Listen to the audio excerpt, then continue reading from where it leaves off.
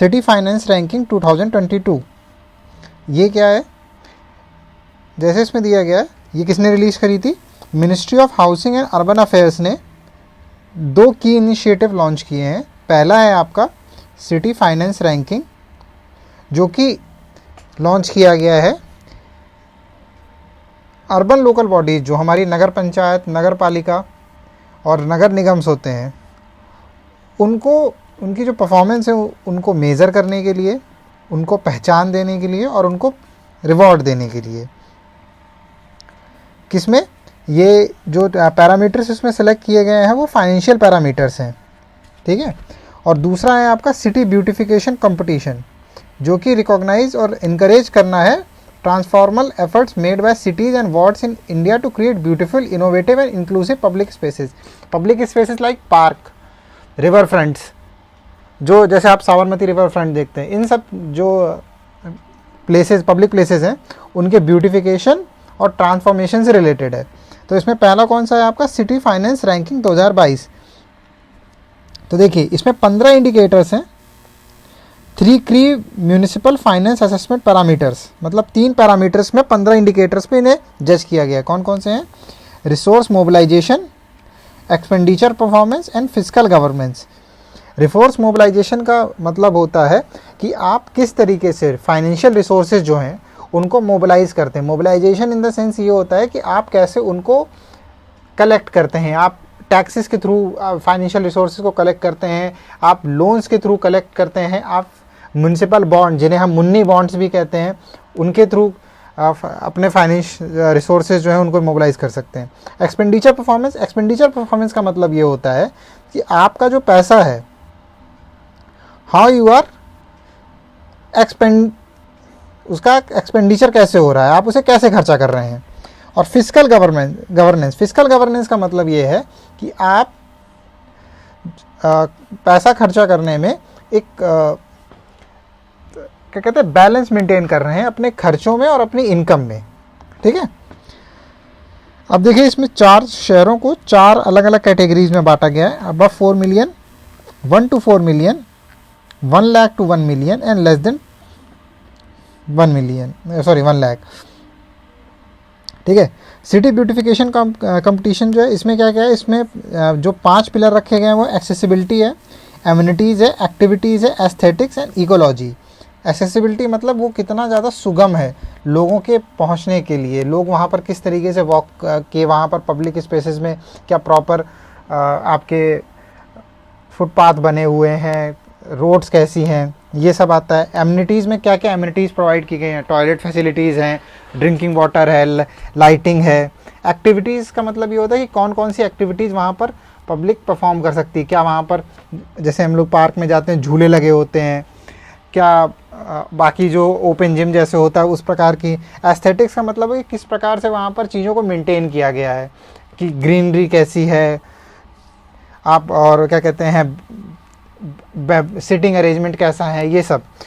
Ecology का मतलब है कि क्या वहाँ पर इकोलॉजी को किस तरीके से मेंटेन किया गया है, कि ऐसा तो नहीं कि बहुत ज़्यादा कॉन्क्रीटाइजेशन हो चुका है पूरे इंफ्रास्ट्रक्चर का, ठीक है। देखिए और इसमें एक चीज़ है, participation in the city beautification competition is voluntary. तो कोई भी सिटी जो म्यूनसिपल बॉडी है वो इसमें अगर पार्टिसिपेट करना चाहे या ना करना चाहिए उसकी अपनी विल पर है, ठीक है। अब इसके बाद है 5th एडिशन ऑफ यूथ कब लैब इंडिया, ठीक है। ये एशिया पैसिफिक का लार्जेस्ट यूथ इनोवेशन मूवमेंट है, जो कि लॉन्च किया गया है अटल innovation mission, NITI Aayog, United Nation Development Programme India और सिटी फाउंडेशन। ऑन कब लॉन्च किया गया? दिसंबर 15, 2022। ये है क्या चीज़? देखिए यहाँ पर 4 जो है ये क्या है एक्चुअली में, ये कोलैबोरेशन है youth coal of India, UNDP और नीति आयोग के बीच में 2019 में लॉन्च किया गया था, ठीक है। इसमें क्या किया जाता है, इनोवेशन और एंटरप्रेन्योरशिप चैलेंज जिस रिलेटेड इसमें प्रोग्राम्स होते हैं। इस बार कौन कौन से थे? जैसे digital and financial literacy for youth, gender equality and women economic empowerment, developing fintech solutions focused on biodiversity conservation, promoting biodiversity friendly lifestyle through technology solution in finance, accelerating circular economy through upscaling innovations. ठीक है,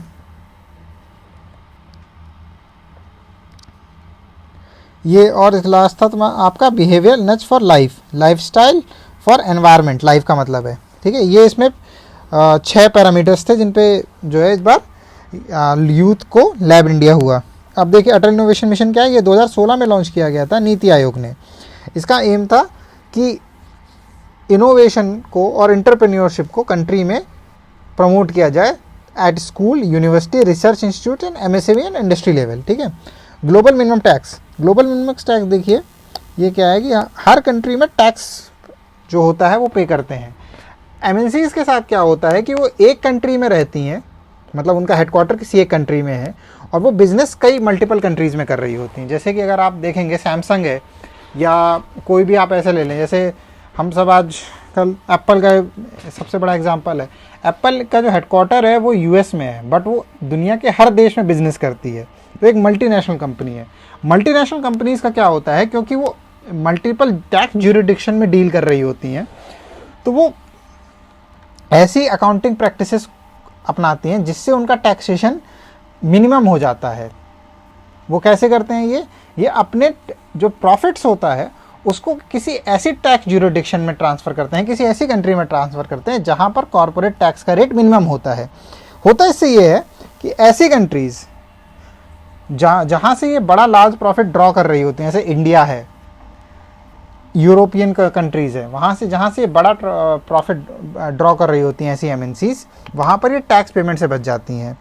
तो OECD जो organisation for economic cooperation and development है, इसने क्या किया कि इसने बोला कि हमें ग्लोबल मिनिमम टैक्स लगाते हैं, ठीक है, 15% का, टू अवॉइड टैक्सेशन।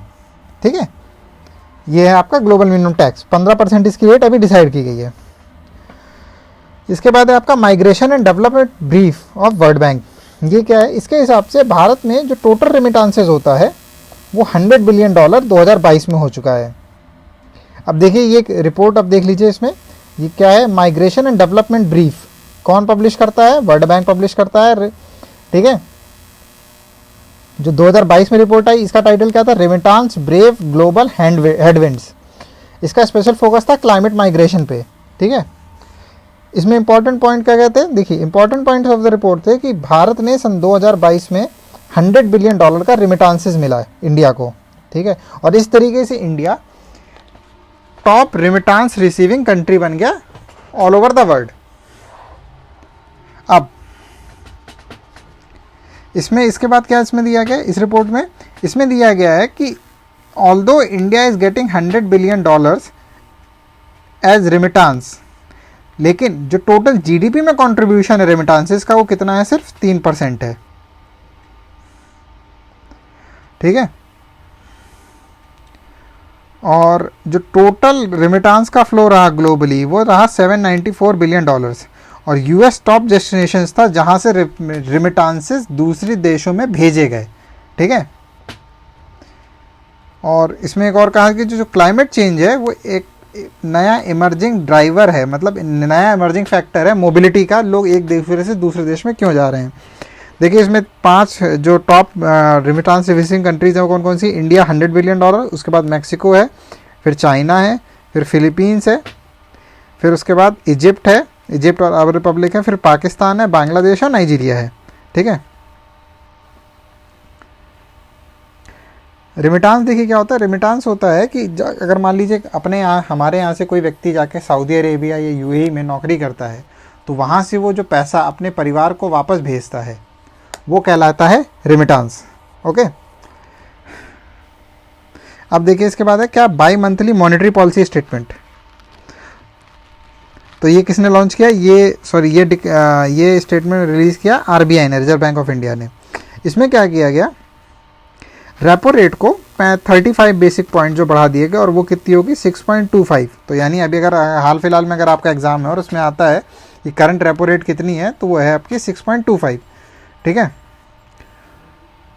और जो स्टैंडिंग SDF था, स्टैंडिंग डिपॉजिट फैसिलिटी, उसे एडजस्ट कर दिया गया 6% पर, और मार्जिनल स्टैंडिंग फैसिलिटी और बैंक रेट को कर दिया गया 6.50% पर। ठीक है, इसके बाद क्या है देखिए, by monthly monetary policy statement, ये किस कब लॉन्च किया गया? 7 दिसंबर 2022 को। किसने? RBI governor doctor Shashikant Das ने। इंपॉर्टेंट पॉइंट्स आपको बता ही दिए कि जो आपका क्या कहते हैं पॉलिसी रेट, रेपो रेट है, उसे 6.25 कर दिया गया। ठीक है, इंटरेस्ट रेट जो है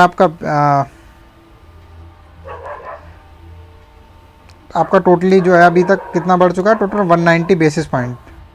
एसडीएफ हमारा स्टैंडिंग डिपॉजिट फैसिलिटी हो गया 6.6% और मार्जिनल स्टैंडिंग फैसिलिटी हो गया 6.50%। ओके, अब देखिए ये इसके बाद क्या आया, जो गवर्नर ने इन्फॉर्म किया कि जो इकॉनमी है वो 2022-23 में ग्रो करेगी 6.8% से। ठीक है, और रियल जो हमारी gross domestic product growth rate है वो 6.3% रहेगी। ठीक है, हेडलाइन इन्फ्लेशन प्रेडिक्ट की गई 6.7% और सीपीआई इन्फ्लेशन प्रेडिक्ट की गई है 5 to 5.4%। ओके,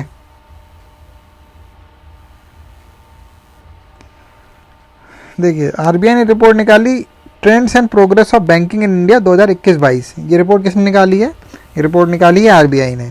इसमें क्या बताया गया है कि भारत में जो शेड्यूल कमर्शियल बैंक्स हैं उसमें जो ग्रॉस नेट परफॉर्मिंग एसेट है यानी एनपीएस जो है वो डिक्लाइन हुए हैं। कितना डिक्लाइन हुए हैं? From 8.2%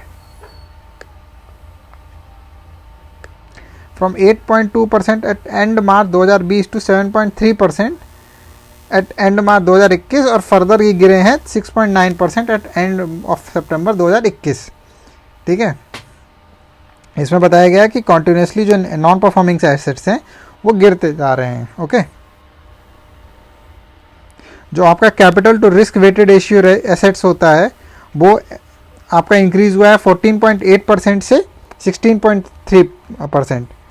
capital to risk weighted assets होता है कि जो बैंक्स लोन दे रहे होते हैं उसके रिस्पेक्ट में उनके पास कितना कैपिटल होता है। तो जितना हायर आपका capital to risk weighted assets होगा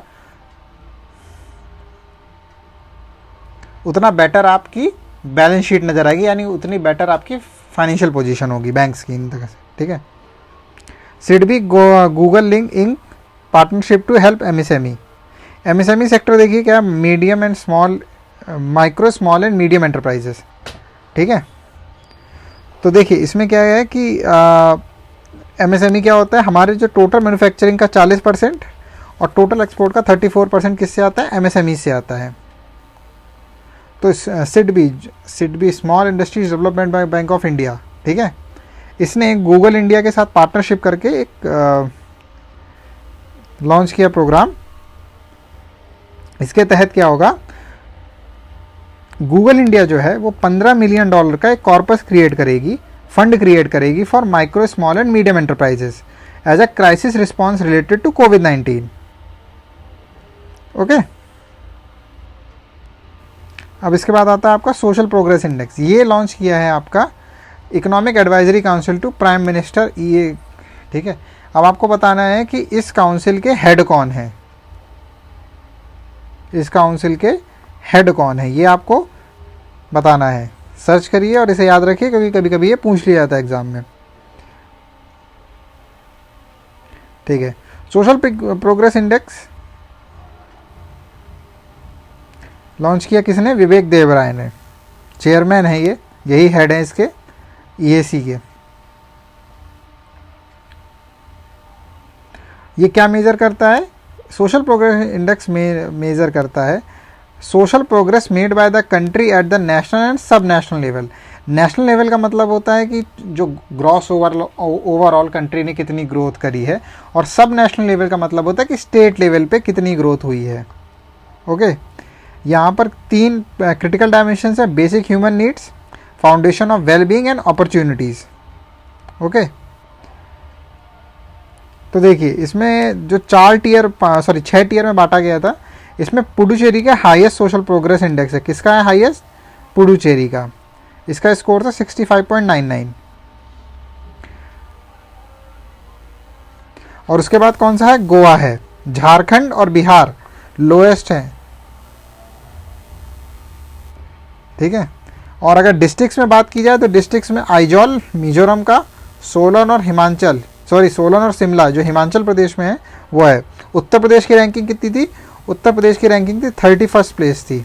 इसका स्कोर था 49.16, यानी उत्तर प्रदेश को अभी बहुत ज़्यादा प्रोग्रेस करने की ज़रूरत है। अब देखिए जो 3 डायमेंशंस यहाँ पर हमने डिस्कस करी थी, basic human needs, foundation of wellbeing और अपॉर्चुनिटी, उसमें स्टेट्स की रैंकिंग किस टाइप से है? तो अगर गोवा की इसमें बेसिक ह्यूमन नीड्स की बात करें तो टॉप पर आपका गोवा है, फिर पुडुचेरी है, फिर लक्षद्वीप है और चंडीगढ़ है। ठीक है, तो पहले पे गोवा, दूसरे पे पुडुचेरी, तीसरे पे लक्षद्वीप और चौथे पे चंडीगढ़ है। ये किस में है? बेस्ट परफॉर्मेंस है water and sanitation and shelter में। वेल बीइंग में मिजोरम, हिमाचल प्रदेश, लक्षद्वीप, लद्दाख सॉरी और गोवा, ये आपके टॉप स्टेट्स हैं। अपॉर्चुनिटी में तमिलनाडु ने टॉप किया है। अब यहाँ पे आप देख सकते हैं रैंकिंग वाइज, तो हाईएस्ट अगर ओवरऑल बात की जाए तो पुडुचेरी टॉप पर है, फिर आपका लक्षद्वीप है, फिर गोवा है, फिर सिक्किम, मिजोरम, तमिलनाडु, हिमाचल प्रदेश, चंडीगढ़ और केरला। अगर लोएस्ट स्टेट और यूटी बिलोंगिंग टू टीयर 2 की बात करें तो उसमें टॉप पर आपका जम्मू कश्मीर है, फिर पंजाब है, फिर दादर है, नागर हवेली, दमन एंड दीव है, लद्दाख है, नागालैंड और अंडमान निकोबार है। स्टेट्स में बात करें टीयर 3 में तो उत्तराखंड, कर्नाटका, अरुणाचल प्रदेश, दिल्ली और मणिपुर है। उत्तर प्रदेश यहाँ पर देख सकते हैं 31st नंबर पर है। ठीक है, special bulletin of maternal mortality. Maternal mortality क्या होता है? देखिए, मैटरनल मॉर्टेलिटी का मतलब होता है कि 1 लाख लाइव बर्थ्स में से कितनी मदर्स की डेथ हो जा रही है। जो 1 लाख प्रेग्नेंट वीमेन जो बच्चों को जन्म देती है, उनमें से कितनी वीमेंस की डेथ हो जाती है, वो निकालते हैं हमारा, उससे निकलती है हमारी मैटरनल मोर्टेलिटी रेशियो। तो अभी जो और ये देखिए हमारा टारगेट 3.1 है सस्टेनेबल डेवलपमेंट गोल्स का, जो कि हमें कब तक अचीव करना है? 2030 तक, 2030 तक अचीव करना है। तो अभी क्या हुआ है, अभी जो करंट डेटा आया है उसमें उसके हिसाब से हमारे यहाँ मैटरनल मोर्टेलिटी रेट जो है वो 130 से घट के 97 आ गया है 2018 और से 20 के बीच में। ठीक है, ये किसने निकाला है? ये निकाला है office of registrar general and census commissioner India ने। ठीक है, ये देखिए अभी बात हुई कि 1 लाख लाइव बर्थ में से जितनी मैटरनल डेथ रिपोर्ट की जाती हैं वो आपकी कहलाती हैं मैटरनल मोर्टेलिटी रेशियो। और इसका क्या होता है? ये निकाला जाता है कि बच्चे के जन्म लेने के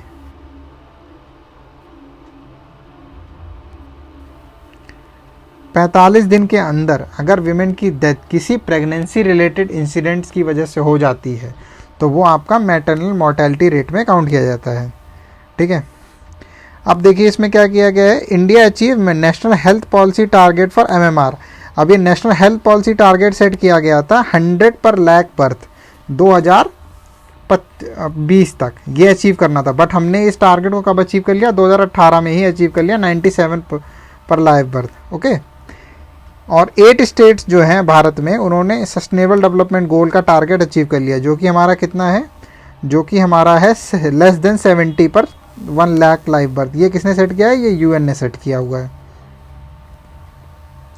अगर स्टेट्स की बात करें तो इंडिया में इस समय टोटल जो एमएमआर है वो 97 है। ठीक है, आसाम में सबसे ज़्यादा है 195, फिर उसके बाद भी है, उसके बाद आपका उत्तर प्रदेश है, फिर आपका बिहार आता है और फिर आपका उत्तराखंड है।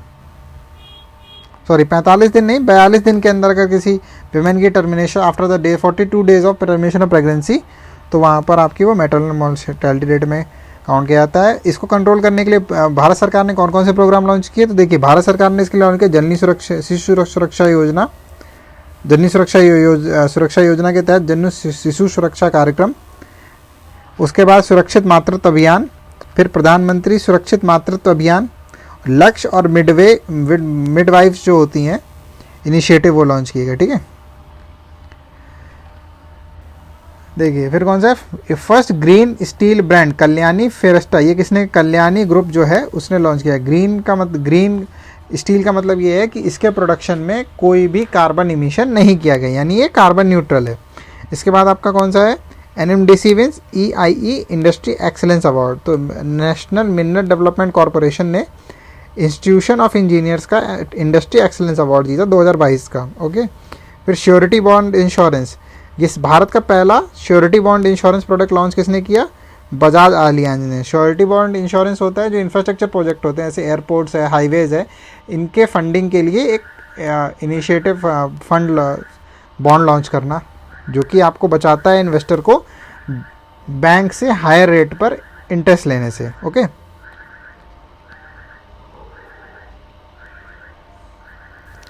इसके बाद है आपका IGX launches India's first ever gas price index. तो इंडियन गैस एक्सचेंज ने भारत का पहला first national level gas exchange launch किया। इसमें आपको यही ध्यान रखना है। ओके, अब देखिए 2022-23 के लिए जो लॉन्च किया गया था, वैसे ये डेटा पुराना हो चुका है, लेकिन अगर आप फिर भी किसी हाल फिलहाल में पूछा जाता है तो सबसे ज़्यादा इंक्रीमेंट जिस क्रॉप में किया गया वो ध्यान रखिए आप। सबसे ज़्यादा आपको किस क्रॉप में बढ़ाया गया है, आपका सिसमम यानी तिल में जो होता है उसमें सबसे ज़्यादा आपको जो MSP बढ़ाया गया है। इसका MSP कितना किया गया है, 7,830। अगर पैडी के केस में कितना हुआ है, 2060, जो इसका है कितना बढ़ाया गया है, 100 रुपये बढ़ाया गया है। ओके, सिमिलरली अगर रबी क्रॉप के लिए आएंगे 23-24 में, तो रबी क्रॉप में देखेंगे सबसे ज़्यादा बढ़ाया गया है आपका लिंटिल मसूर के लिए 500 रुपये। इसका MSP किया गया है 6,000 रुपये। ओके,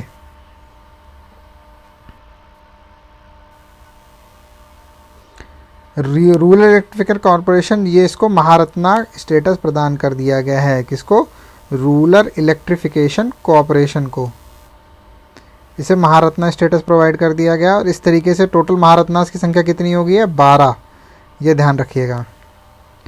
फोर्ब्स इंडिया ने भारत के 100 रिचेस्ट पीपल की लिस्ट निकाली, जिसमें सबसे टॉप पर गौतम अदानी है। अभी हाल फिलहाल में तो नहीं है, वैसे ये लिस्ट पुरानी है। गौतम अदानी, मुकेश अंबानी, ये फिर साइप्रस पूनावाला, बाकी सब हैं। अगर विमेंस में बात करें तो सावित्री जिंदल जो सबसे रिचेस्ट इंडियन विमेन है। फिर उसके बाद है कंपटीशन कमीशन ऑफ इंडिया ने गूगल पे पेनल्टी लगाई है for abusing it's dominant position. ये क्यों लगाई है, जैसे कि आप गूगल का जब भी आप कोई फ़ोन लेते हैं एंड्रॉयड का, तो उसमें आपको जो डिफ़ॉल्ट ब्राउज़र मिलता है वो गूगल क्रोम ही मिलता है। आपको जो बेस डिफ़ॉल्ट सर्च इंजन मिलता है वो हमेशा गूगल का ही सर्च इंजन मिलेगा। उसमें डिफ़ॉल्ट फ़ोटो ऐप जो मिलेगी वो आपको गूगल फ़ोटो ही मिलेगी। आप मैप में जाएंगे तो आपको वहाँ पर गूगल मैप्स ही मिलेंगे। तो इस तरीके से एंड्रॉयड के मार्केट में गूगल की जो गूगल को की एंड्रॉयड जो है वो गूगल का ही है। तो इस तरीके से गूगल जो है अपनी मार्केट डोमिनेंट पोजीशन का मिसयूज़ करता है, और ये इस बात पर कंपटीशन कमीशन ऑफ इंडिया ने गूगल पर 936 करोड़ रुपए का जुर्माना लगाया हुआ है। ठीक है, अब देखिए क्या होता है बिग टेक। बिग टेक क्या होता है, बिग टेक उन कंपनीज़ को कहा जाता है जो टेक्नोलॉजी कंपनीज़ होती हैं अपने अपने रिस्पेक्टिव सेक्टर्स में। जैसे अमेज़ॉन है, आपकी एप्पल है, फेसबुक है, गूगल है, माइक्रोसॉफ्ट है, इनको बिग टेक कहा जाता है। ओके,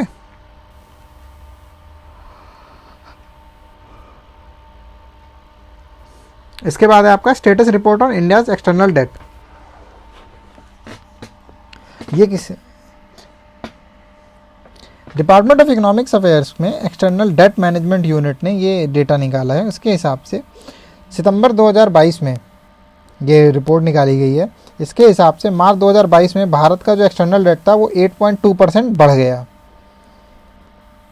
जिसमें सबसे बड़ा हिस्सा US डॉलर का है।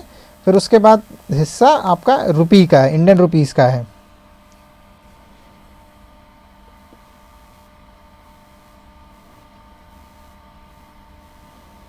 इसके बाद है आपका नेशनल टेक्निकल टेक्सटाइल मिशन।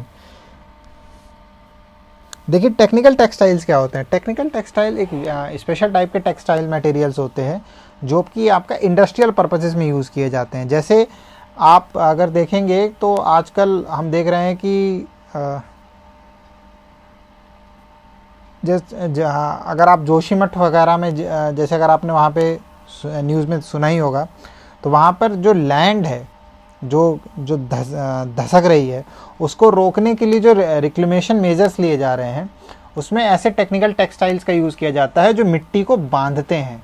जैसे सड़क बनाई जाती है, तो अब क्या होने लगा है कि अब हाईवेज और एक्सप्रेसवेज बनते हैं, उसमें सड़क को स्ट्रेंथ प्रोवाइड करने के लिए उसमें स्पेशल टाइप के टेक्सटाइल्स को बिछाया जाता है जो कि मटेरियल्स को बाइंड कर लेते हैं, जिससे जो स्ट्रक्चर है उसकी स्ट्रेंथ बढ़ जाती है। बहुत सारी इंडस्ट्रीज़ ऐसी होती हैं जिनमें जैसे अगर आप केमिकल इंडस्ट्री में हो या आप न्यूक्लियर वेस्ट मैनेजमेंट इंडस्ट्री में हो, तो वहाँ पर आप विशेष स्पेशल टाइप के क्लॉथ्स पहन के ही काम कर सकते हैं। तो जो जिस टेक्सटाइल से वो क्लॉथ बनाए जा रहे हैं वो हमारे क्या कहलाते हैं, टेक्निकल टेक्सटाइल्स कहलाते हैं। तो इन टेक्निकल टेक्सटाइल्स को प्रमोट करने के लिए गवर्नमेंट ऑफ इंडिया ने लॉन्च किया आपका नेशनल टेक्सटाइल मिशन। ठीक है,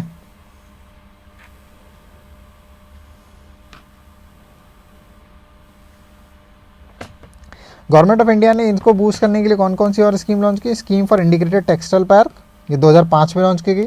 centre of excellence ministry of textiles के अंडर में लॉन्च किया गया। फिर आपका harmonise system of nomenclature code for technical textiles, और 100% FDI अलाउ की गई ऑटोमेटिक रूट के थ्रू। ठीक है, वर्ल्ड हेल्थ ऑर्गेनाइजेशन ने निकाला है report top India top remittance receipt in 2021 sorry. इसमें इंडिया को 2021 में कितना फंड मिला था? 87। वैसे ये डेटा पुराना हो चुका है। ठीक है, इसके बाद है ग्लोबल फिनडेक्स डेटाबेस 2021। ये किसने निकाला? ये ज़्यादा ज़रूरी है, ये वर्ल्ड बैंक ने निकाला है। और इसके हिसाब से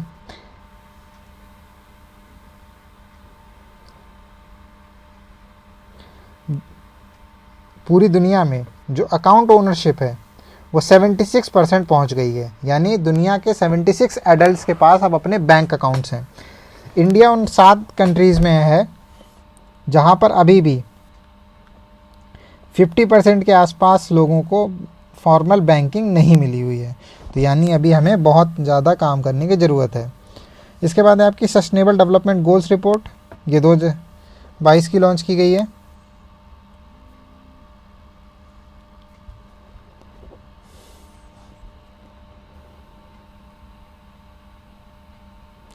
देखिए, सस्टेनेबल डेवलपमेंट गोल्स ये लॉन्च किए गए थे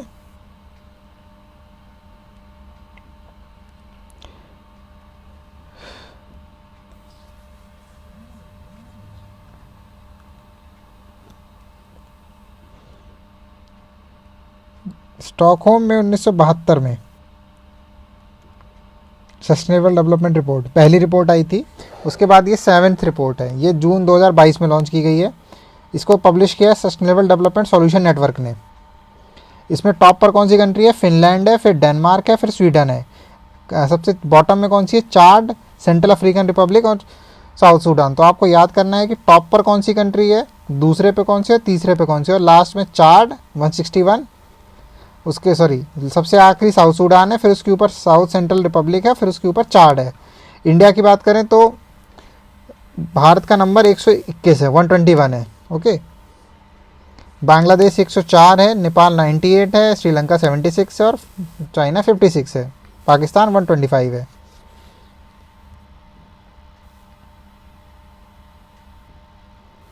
और भारत की रैंकिंग 2020 में थी 117, और उसके बाद से भारत तब से पीछे खिसक रहा है।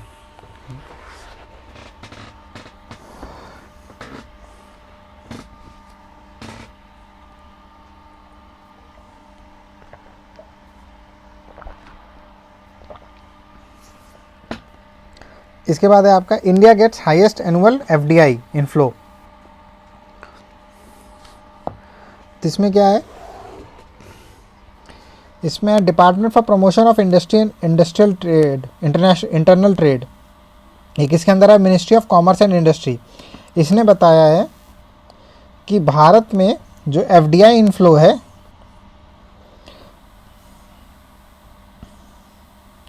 वो कितना रहा? 83.57 बिलियन 2021-22 में। ठीक है, और टॉप डेस्टिनेशन जहाँ से भारत को आया है वो है सिंगापुर, दूसरे पे है आपका यूएसए, फिर तीसरे पे है मॉरिशस। और जिस सेक्टर में सबसे ज़्यादा आया वो है आपका कंप्यूटर सॉफ्टवेयर एंड हार्डवेयर, ठीक है। और सबसे ज़्यादा इक्विटी इनफ्लो कहाँ पर हुआ है? कर्नाटका में, फिर दिल्ली और फिर महाराष्ट्र।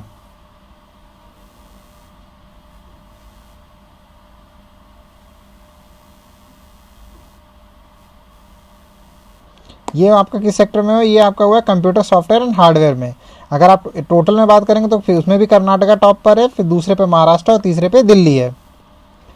इसके बाद आपका है आपका एक्सपोर्ट प्रिपेयर्डनेस इंडेक्स। ये लॉन्च किया आपका नीति आयोग ने, ठीक है। इसमें 4 पिलर्स पे चेक किया गया: policy, business ecosystem, export ecosystem and export performance. इसमें टॉप पर आपका कौन सा स्टेट रहा? इसमें आपका टॉप पर रहा गुजरात, दूसरे पे महाराष्ट्र, तीसरे पे कर्नाटका, उसके बाद तमिलनाडु, हरियाणा और फिर आपका छठवें पे उत्तर प्रदेश, ठीक है। और कैटेगरी वाइज में हिमालयन स्टेट्स में टॉप पर रहा आपका उत्तराखंड, कोस्टल स्टेट्स में गुजरात, लैंडलॉक में हरियाणा, यूनियन टेरिटरीज में दिल्ली और ओवरऑल में आपका कौन सा रहा? गुजरात।